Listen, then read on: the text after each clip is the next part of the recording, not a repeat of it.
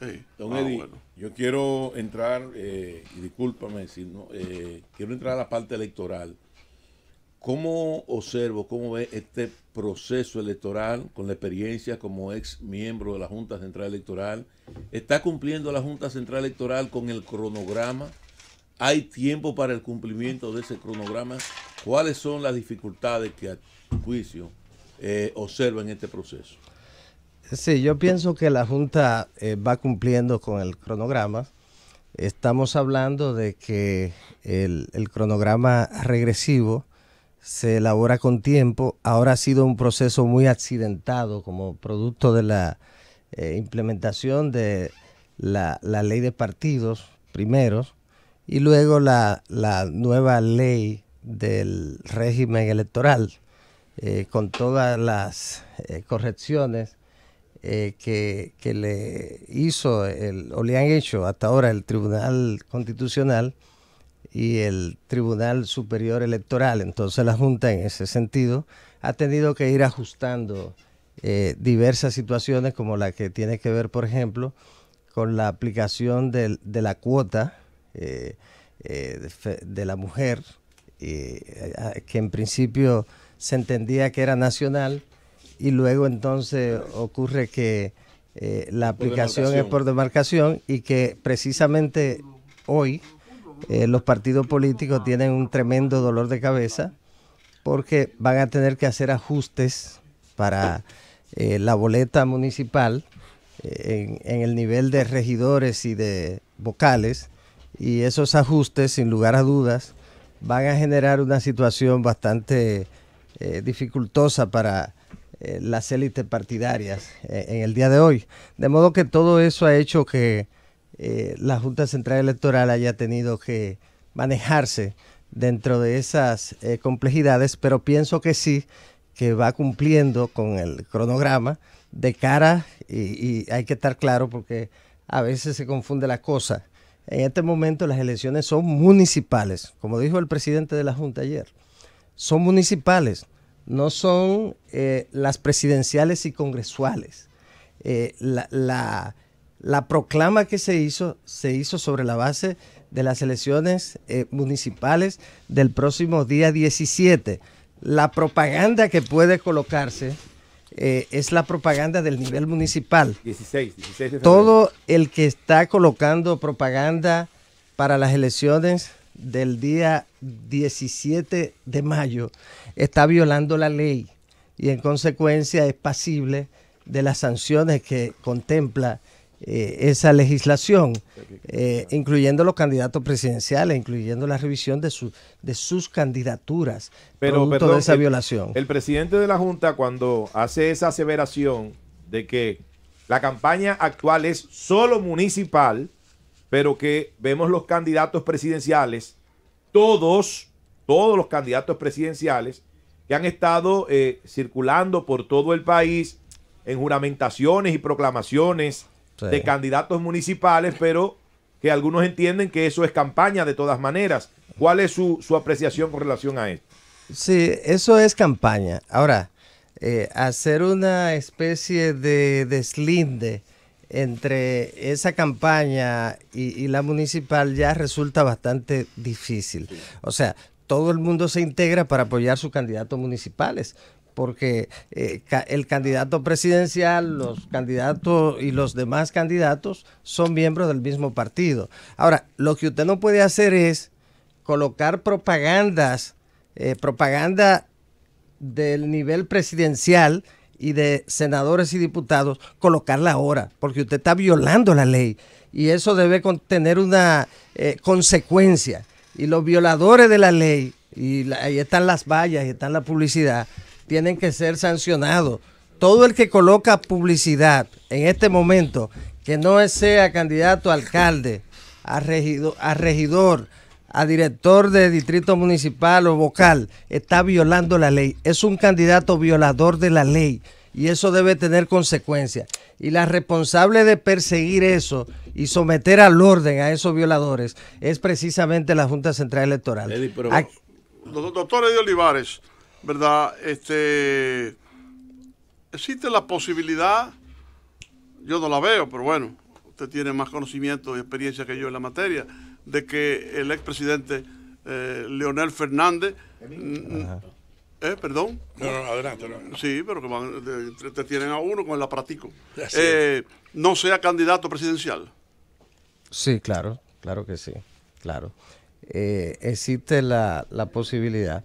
Pero yo quisiera antes, como es un tema tan importante, si usted me lo permite. No, con mucho gusto. Concluir con la parte municipal. No. Yo pensé que era que usted le pido excusa. No, me faltaba algo. No, le pido yo excusa. No, adelante. En el nivel municipal es importante. Hoy se vence el plazo para la inscripción de candidatura. Sí. Y no quería dejar de señalarlo. Claro.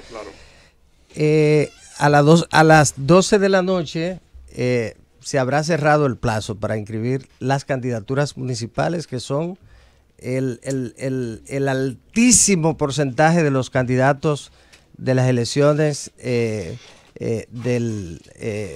comparando las elecciones presidenciales y congresuales, uniéndolas todas, el porcentaje sobre el 80% de candidaturas son las del nivel municipal, la inmensa mayoría. En ese sentido, tiene una importancia trascendente las elecciones del día 16 de febrero y sobre todo el día de hoy, que es el día de la inscripción de las candidaturas en la Junta Central Electoral. Hoy alcaldías muy importantes se inscriben, pero sobre todo un tema importantísimo de hoy es el de la cuota de la mujer. En ese sentido, todas las propuestas que no incluyen la cuota de la mujer, de conformidad con la propia ley, las juntas electorales las devuelven a los partidos que no la cumplan. Hay que decir lo siguiente: en el nivel municipal hay una gran autonomía en lo que tiene que ver con el funcionamiento del sistema electoral.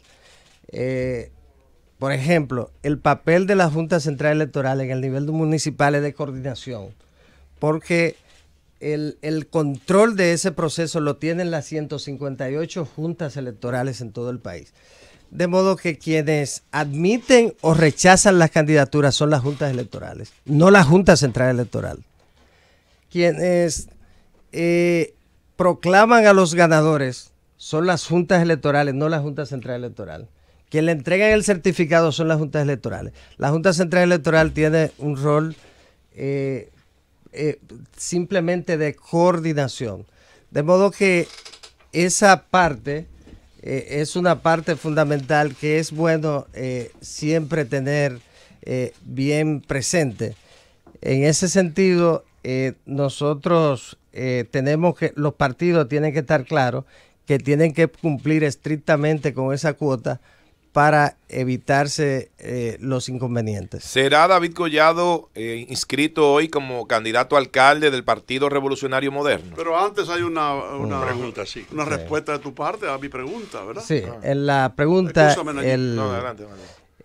Yo pienso que el presidente Fernández todavía no es un candidato.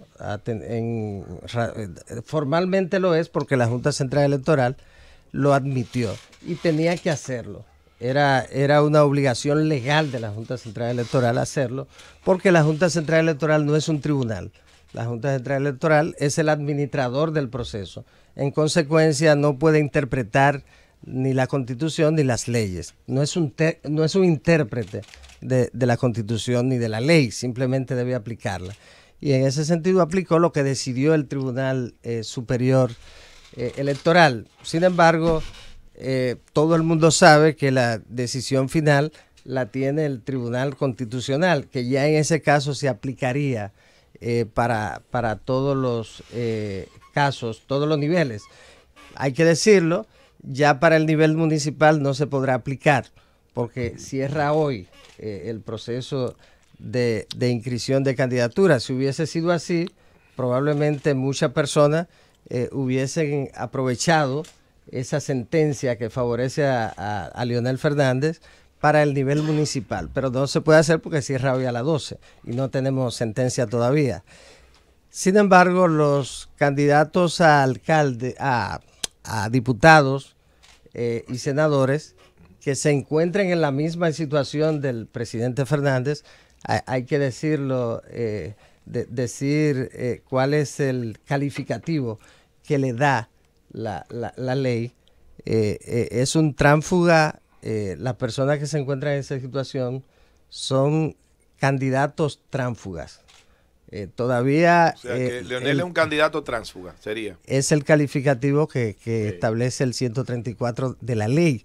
Pero aún sin que lo establezca la ley, por el hecho de pasar de un lugar a otro, de un partido a otro como candidato, habiendo sido precandidato de otro partido, lo convierte entonces en un candidato tránsfuga, sin importar que el Tribunal Constitucional falle a su favor, porque es un concepto, el del transfugismo. El transfugismo se utiliza fundamentalmente en los sistemas parlamentarios. El tránsfuga más famoso, don Álvaro, ¿usted sabe quién fue? ¿Quién fue? Sir Winston Churchill. ¡Ay, caramba! Porque Churchill era conservador originalmente, se pasó al bando liberal. Era como el salón del Congreso Nacional, en aquel caso la Cámara de los Comunes, en el caso de Inglaterra, de Gran Bretaña. Entonces usted está en el lado izquierdo, donde están los liberales, y de repente pasa del izquierdo al lado derecho donde están los conservadores. Usted es un tránsfuga. Usted se movió de un lugar a otro. En el nivel parlamentario tiene un gran impacto porque en los regímenes parlamentarios los gobiernos se sostienen sobre la base de la mayoría que tengan en el Parlamento. Si usted pierde determinada cantidad de parlamentarios, entonces el gobierno puede caer. Y hasta que usted no tiene la cantidad de parlamentarios con la que haga mayoría, usted no puede hacer gobierno. Lo que pasa en España con Pedro Sánchez, para hacer gobierno, las alianzas en los regímenes parlamentarios, las alianzas se hacen después de las elecciones, contrario aquí que se hacen antes para ganar elecciones. Allá se hacen para constituir gobierno y para gobernar, se negocia entonces para gobernar. En el caso del tránsfuga, el tránsfuga es importante en esos sistemas parlamentarios, por eso, porque tiene un gran impacto en lo que tiene en lo relativo a formar gobierno o a tumbar gobierno. Y si alguien se va de una bancada a otra y ese escaño es el que hace la diferencia, se puede caer un gobierno. Usted hace mucho hincapié en la palabra el tránsfuga, yo no sé por qué. ¿A qué usted se refiere? No, en este caso, alguien, si usted se va de su partido, usted no es un tránsfuga, porque usted tiene derecho a afiliarse o a desafiliarse en un partido. Ahora, si usted se va de su partido para ser candidato, porque perdió para ser candidato de otro partido, ahí sí usted es un candidato tránsfuga. Entonces el legislador lo estableció en el 134 de la Ley Orgánica del Régimen Electoral. Yo creo que lo mejor para refrescar esto, doctores, que nos vayamos. ¡Yo no te lo cuento y vuelve rápido! Es el gobierno. Le preguntaba al licenciado Eddie Olivares. Doctor. Bueno, sí, doctor, él tiene maestría, varias maestrías. Varias maestrías. Es miembro de la Junta Central Electoral, distinguido jurista, intelectual, brillante, políglota. Uno de los más destacados miembros que ha tenido la Junta Central Electoral en toda su historia. Era el hombre Así del lo considero cuestionamiento. Un momentico, párese ahí. El hombre del cuestionamiento frente a un hombre del carácter, de ¿cómo se llamaba? Rosario. Rosario Jodienda. Sí, bueno, pues yo quería preguntarle al doctor Eddie Olivares si David Collado, que es el alcalde actual por el Partido Revolucionario Moderno, partido al que usted pertenece, será inscrito en el día de hoy como candidato a esa misma posición para las elecciones de febrero. Bueno, yo tendría que decirle que sí, porque aunque yo no he estado en la carpintería de ese proceso de inscripción de candidaturas a los cargos municipales, que dicho sea de paso hay que decir, un detalle interesante que trae la ley, todo lo relativo al nivel municipal en materia electoral está establecido un caso excepcional en la ley 17607, la ley del Distrito Nacional y los municipios, pero hay un requisito que establece la ley del régimen electoral, y es que en lo que tiene que ver con lo relativo al domicilio de los candidatos del nivel municipal, todos, desde el alcalde hasta el vocal, tienen que haber residido el último año en la demarcación que va a representar o que pretende representar, el último año, contado desde el día de las elecciones hacia atrás, un año. Antes eran 5 años. No. ¿O era para el nivel congresional? Sí, para el nivel congresional son 5 años. Haber nacido o haber residido 5 años en una demarcación determinada, o acumulado esos 5 años. Recuerden el caso de Salvador Blanco en el Distrito Nacional, sí, es claro, el caso paradigmático. Había nacido en Santiago. En el nivel municipal, por eso es bueno aclararlo, en el nivel municipal es distinto. No importa que usted haya nacido en un municipio. Usted nació en Ocoa. Bueno, por el hecho de usted haber nacido en Ocoa, eso no le da derecho a ser candidato a alcalde, a regidor o a director de distrito vocal. ¿Por qué? Porque lo que importa es que usted tenga un vínculo con ese municipio y haya residido el último año en el municipio. Eso es lo que demuestra que usted tiene una relación directa. ¿Por qué, señores? Y eso hay que tratar de hacerlo valer. Porque el municipio es la institución más cercana a la ciudadanía. Un alcalde debe ser una persona que usted lo encuentre en la plaza, que lo encuentre en el cine con su familia y usted con la suya, que sea parte de esa ciudad. No debe ser una persona que represente esa ciudad, reside en otro lugar y usted no lo encuentre nunca en la ciudad. Debe estar ahí permanentemente, debe estar ahí porque si hay un incendio, hay una catástrofe, hay una situación, esta es la primera persona que debe estar ahí. Entonces, la ley, y qué bueno que no sé por qué razón, de qué manera se alumbró, pero lo importante es que ocurriera del legislador en una ley tan defectuosa como la ley del régimen electoral, y entonces se estableció. La ley 176 establece eso, el año. El legislador ahí fue inteligente, el año antes. Entonces, en la ley 170 del régimen electoral, la prueba de esa residencia el último año está establecida, que es la de haberse inscrito en el registro electoral dentro de esa demarcación. Es decir, tener en su registro electoral esa dirección. Esa es la prueba. Si usted la tiene un año antes, entonces ya usted probó que sí, que usted reside ahí. Doctor, si usted no la tiene un año antes, entonces, y hay sospecha de que usted realmente no vive ahí, entonces en ese caso usted no puede ser candidato.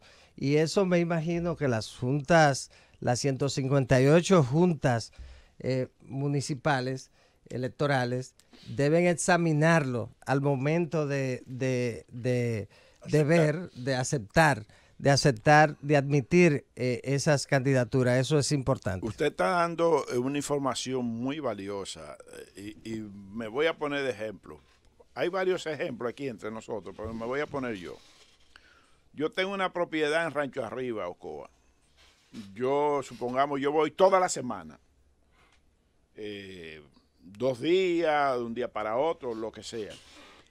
Y si yo voy y me registro, como usted dice, en mi registro electoral de allá, aunque yo no pernote allá regularmente, sino que los fines de semana, yo tengo derecho, por estar registrado, a aspirar a una candidatura. Entonces, desafortunadamente, y fue una de las cosas que acomodó el legislador en la ley del régimen electoral, ellos decidieron que ese era el medio de prueba.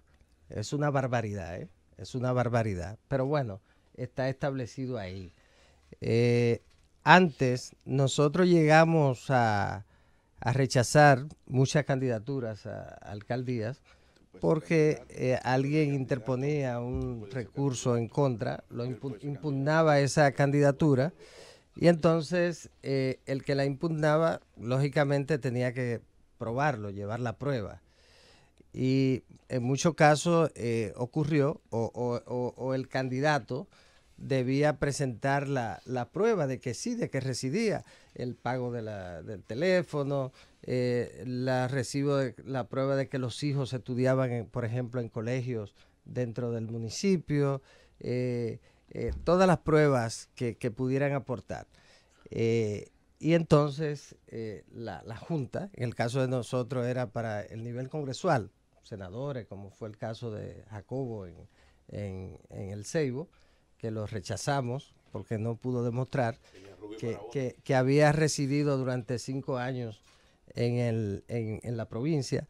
Pero en el nivel municipal se rechazaron muchas candidaturas porque es mucho más fácil tú saber si alguien vive o no en el municipio.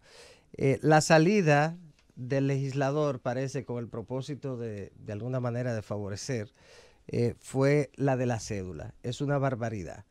En ese sentido, usted puede votar en un lugar y no vivir en ese lugar perfectamente.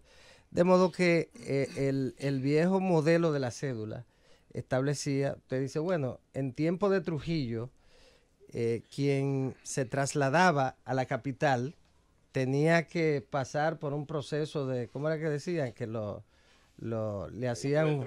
sí, bueno, lo que pasa es que si tú te vas a mudar a una ciudad, tú debes ir al ayuntamiento, al sistema de cédula, y presentarte y decirle, ya yo resido en esta ciudad, para que haya controles, para que los datos estadísticos y todas estas cosas. En ciudades organizadas, en Estados Unidos es así, en los condados y en Europa. En Europa usted no puede mudarse a una ciudad y las autoridades municipales no saberlo. Aquí era así, pero la propia vieja ley de cédula establecía que cuando usted se trasladaba de una ciudad a otra, está en la cédula vieja. Ahora con la ley orgánica cambió, pero el traslado a una ciudad implicaba, y lo implica en la ley ahora en ese artículo, usted cambiar su domicilio electoral, su domicilio. Entonces, ¿por qué? Porque usted debe ir a anunciar que ya usted reside en ese lugar. Bueno, eso dejó de funcionar, las ciudades crecieron mucho, el desorden que es el Estado Dominicano es un verdadero desorden, las ciudades son un desorden anárquico, donde el ayuntamiento lo único que hace es recoger basura, no sabe quiénes son sus municipios, no tienen ningún control, no se preocupan absolutamente por nada de eso, y entonces tenemos ciudades desorden, cuando la ciudad debe ser el perímetro territorial y urbano más organizado de un país. De modo que esa es la razón en lo que tiene que ver con el tema de la cédula. Eddie, ¿favorece la separación del registro civil de la Junta Central Electoral? ¿Piensa que el registro civil debe de volver a ser una institución independiente a la Junta Central Electoral? No, eso sería un retroceso. Yo pienso que eso ha sido favorable. Recuerden en qué contexto fue que se integró el registro civil a la Junta Central Electoral y la cédula y el registro electoral.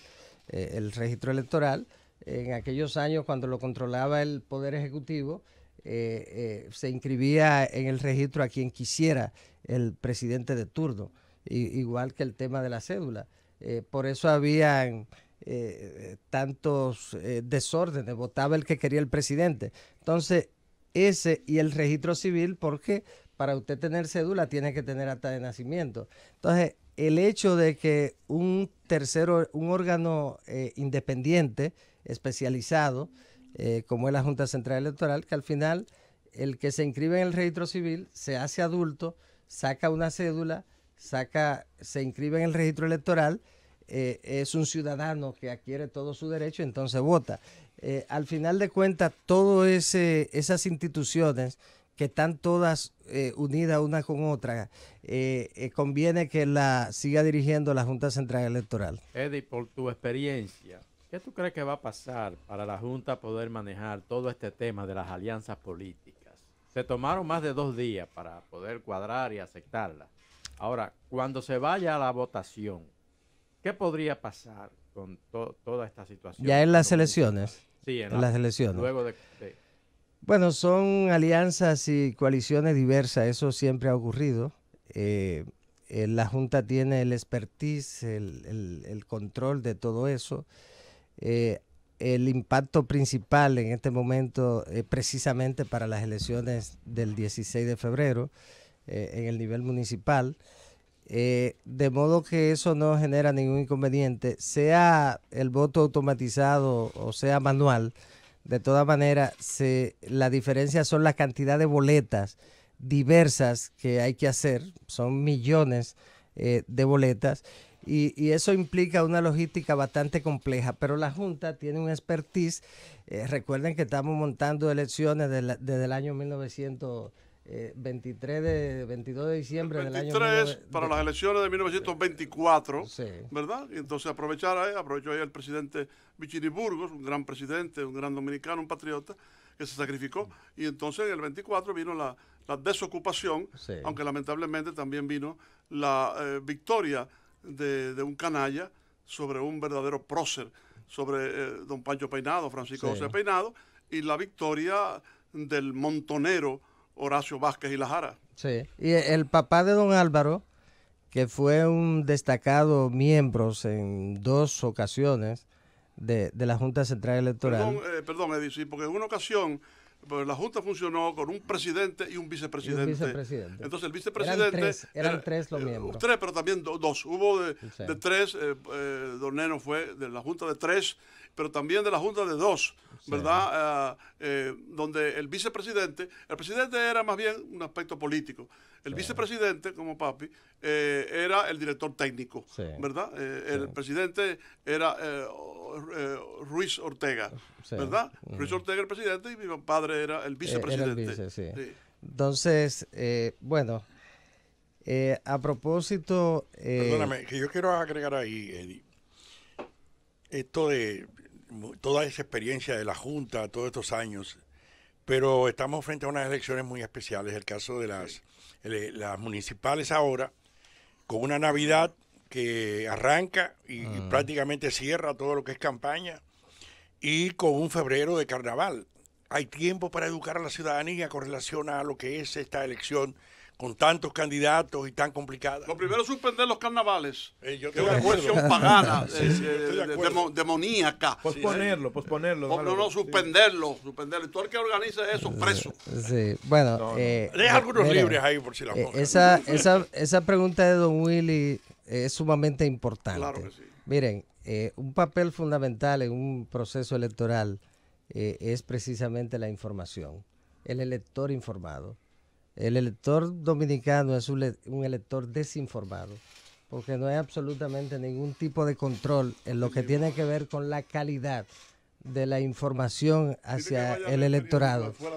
En un proceso tan complejo como este, en el que la propia Junta se ha encontrado con tantas dificultades, resulta sumamente difícil hacer una campaña efectiva, de modo que informada en relación con el proceso. Yo pienso que la Junta Central Electoral, los propios partidos que son responsables en gran medida de que el elector se mantenga informado adecuadamente sobre el proceso. Tú preguntas, ¿por qué usted va a votar por tal candidato?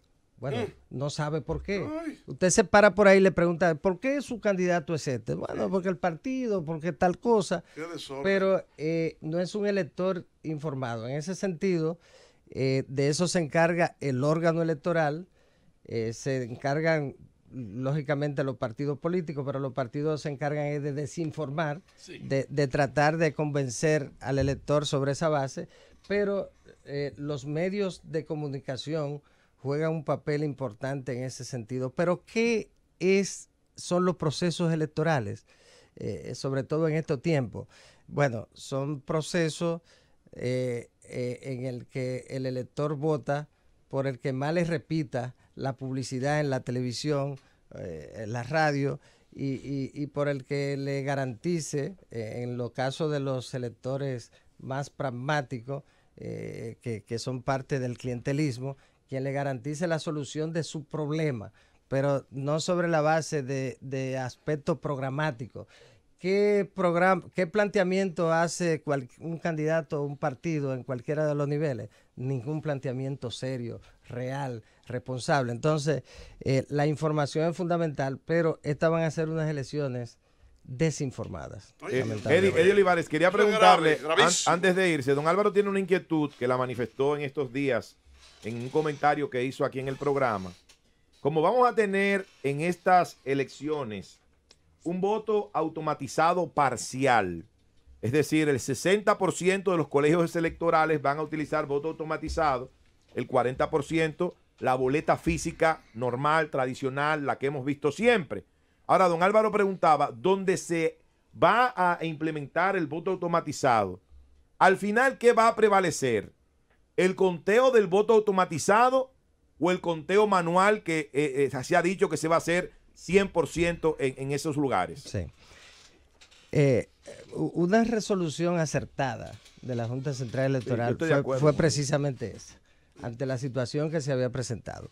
Al final de cuentas... ¿Pero cuál conteo prevalece? No, pero quiero decirle esto. Al final de cuentas, no hay voto automatizado aplicado de una manera definitiva real. En el país no se va a aplicar el voto automatizado. Lo que se va a producir es simplemente una especie de proyecto piloto. ¿Por qué? Porque se va a contar los votos en todos los casos. Donde se va a aplicar el automatizado como quiera, se van a contar los votos uno a uno ese día. Exacto. De modo que lo que se va a aprobar es que el voto automatizado funciona. Y entonces los resultados no van a ser tan oportunos, tan temprano como se pensaba, porque al final de cuentas, ¿qué se procura con el voto automatizado? No es solamente ahorrarse los recursos y la logística que implica la impresión de miles, cientos de miles de boletas diversas. No solo eso, tener los resultados a las 6 de la tarde, a las 7. Las urnas se cierran a las 5, los resultados deberían estar a las 6, a las 7, que es lo que ocurre en cualquier proceso electoral, en cualquier país en este tiempo. Eso probablemente no va a ocurrir así, por todas las dificultades que se han generado en relación con el tema del voto automatizado. Entonces, ¿qué va a prevalecer al final de cuentas? De acuerdo a lo que se plantea ahí, el voto manual. Lo que refleje cuando se cuente uno a uno los boletitos. Lógicamente, la automatización en ese 60%, 70% del voto va a ayudar a que luego el escrutinio sea más rápido. De todas maneras va a ser más rápido, porque es más fácil después que la máquina te da los resultados y los boletitos, tú contarlo, lo cuentas más rápido. Después la Junta va a tener la facilidad de distribuir en esos lugares los escaños, en este caso del 16 de febrero, los escaños de regidores y de vocales. Como es automatizado, la distribución de esos escaños se hace más rápido y va a ser más fácil determinar quiénes fueron los ganadores y ganadoras en cada una de esas demarcaciones. Pero aquí lo más importante, ya el voto automatizado se aplicaría hacia futuro. Probablemente con el resultado de febrero pueda aplicarse para marzo, que de todas maneras, para mayo, que de todas maneras va a ser muy importante. Ahora yo quería decir, señores, miren, el problema principal de este país es el uso de los recursos del Estado. Ese es el problema. Yo como oposición, lo único que estaría preocupado fundamentalmente es en impedir que el partido de gobierno utilice los recursos del Estado, los bienes públicos, para beneficiar a sus candidatos, sobre todo el candidato presidencial. Y si usted logra frenar el uso de los bienes públicos, porque hay gente que lo confunde, don Álvaro, hay gente que cree que bienes públicos, coger una camioneta, la gasolina, dinero, no, es que los bienes públicos incluyen las Fuerzas Armadas, inclusive, y la Policía Nacional. Las elecciones del 12, la boca de urna dieron ganadora a Hipólito Mejía, a las 12 del día, a la 1 de la tarde. Había ganado Hipólito Mejía. Después de las 12 del día, el Partido de la Liberación, como lo hicieron a Leonel Fernández, que entonces era presidente y ocurrió ahora, sacó de circulación al PRD, absolutamente. En algunos pueblos como en Cotuí, la represión fue tal que agarraron en violación de la ley, de la Constitución de la República, y arrodillaron al candidato a alcalde de Cotuí, el candidato a senador, en la Talvia a las 12 del día. Lo arrodillaron y lo mantuvieron arrodillado, apuntado con fusiles durante un gran tiempo. Y así en la tarde, después del mediodía, sacaron de la calle al PRDismo y lo tomó el PLD apoyado por el aparato, los aparatos represivos del Estado. Esos son bienes públicos que solo lo tiene el partido que tenga el poder. En ese sentido, pero y entonces, Eddie, lo más importante, ¿cómo tú evitas en un país como este, que es una práctica normal que se ha hecho siempre, no excluyo a nadie, cómo tú evitas el uso de los recursos del Estado cuando tú tienes a los funcionarios del gobierno que incluso manejan presupuestos siendo jefe de campaña del partido de gobierno? Bueno, tienen que, ahora la resolución de la Junta, por ejemplo, establece que los funcionarios del presidente de la República, los que manejan recursos, no pueden hacer campaña en el horario oficial de trabajo. Pero ese no es el problema. La ley de función pública establece que cada institución puede determinar el horario. Pero bueno, supongamos que de 8 a 4 de la tarde. El presidente de la República no puede hacer campaña política, proselitismo, de 8 a 4 de la tarde y los demás funcionarios. Bueno, vamos a ver qué ocurre con eso. De todas maneras, el control de los recursos del Estado, impedirlo. Bueno, los partidos tienen que prepararse para impedirlo. Prepararse para impedirlo sobre la base de lo que ocurre ahora. Denuncia, tienen que advertir la situación porque los procesos electorales cambiaron. Ya ni el partido de gobierno ni el órgano electoral tienen la luz verde o darse el lujo de facilitar que un partido en el poder se quede sobre la base de violaciones a la ley, de manipulación del proceso. ¿Por qué? Porque ya el ejemplo de Bolivia, el ejemplo que se ha producido en varios países de la región, ese es el ejemplo de ahora, que los pueblos entonces se rebelan y hacen entonces que valga la ley. Ahora, los partidos de oposición tienen que saber que van en desventaja frente al partido que está en el poder. Y hay que evitar, el partido de oposición lo que no puede hacer es convertirse en un partido que llora lo que no supo defender en el proceso electoral. En ese sentido también yo quiero decirle, mira, ahora posiblemente escojan un procurador electoral, que la ley electoral establece la creación de un procurador electoral para precisamente los delitos electorales. Aquí desde el año 1960, desde las elecciones del 63, 62, 20 de diciembre, que del don Juan le ganó al doctor Fiallo. Sí, desde las elecciones del 62, nadie ha sido condenado por un delito electoral, por una compra de votos. Entonces, la compra de votos afecta la objetividad de las elecciones, en consecuencia viola el artículo 211, afecta la equidad, afecta la libertad del proceso electoral y afecta la transparencia, que es un mandato de la Constitución, del 211 de la Constitución. La creación del fiscal electoral en este momento es un problema.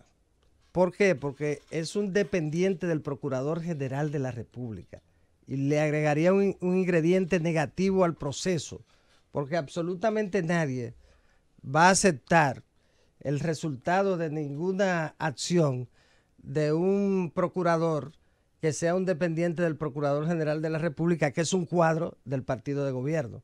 De modo que es una desatinada decisión del legislador. De modo que yo pienso que lo más importante de todo esto es procurar que los recursos del Estado sean debidamente controlados durante el proceso electoral. No es que el presidente no pueda hacer campaña, es que el presidente no puede usar los recursos del Estado para hacer campaña. Es que si él usa en su vehículo oficial, que es el vehículo que tiene que utilizar por razones de seguridad, si él usa el combustible en ese vehículo oficial para irse a Montecristi a hacer campaña, él tiene que pagar el combustible. Danilo Medina tiene que pagar el combustible porque la situación cambió. Archival, no es que se ha hecho siempre, es que hay que dejar de hacerlo. Gracias. Es que hay que impedir que se haga, y el presidente de la República no puede tener luz verde para usar los recursos como le dé la gana porque es presidente o por razones de seguridad. Él tiene que pagar, él puede moverse donde él quiera. Ahora, él tiene que pagar y se puede perfectamente calcular lo que él gasta en combustible, lo que utiliza en ese proceso. Y lo otro es que él no puede ir a un acto y mencionar su candidato. Y si él va a un acto del PLD, no puede presentarse ahí. Y aquí está nuestro presidente de la República, porque él no puede estar ahí como presidente. Él puede estar ahí como dirigente del PLD, como ciudadano, como militante de ese partido, pero no puede ir a hacer prevalecer su condición de presidente a ese acto. Tiene que ir y presentarlo. Aquí está el miembro del comité político del Partido de la Liberación Dominicana, Danilo Medina. Pero esa cuestión, para que aquí haya una verdadera democracia, eso hay que controlarlo. Si no, es una caricatura de democracia. ¡Llévatelo, Cundo!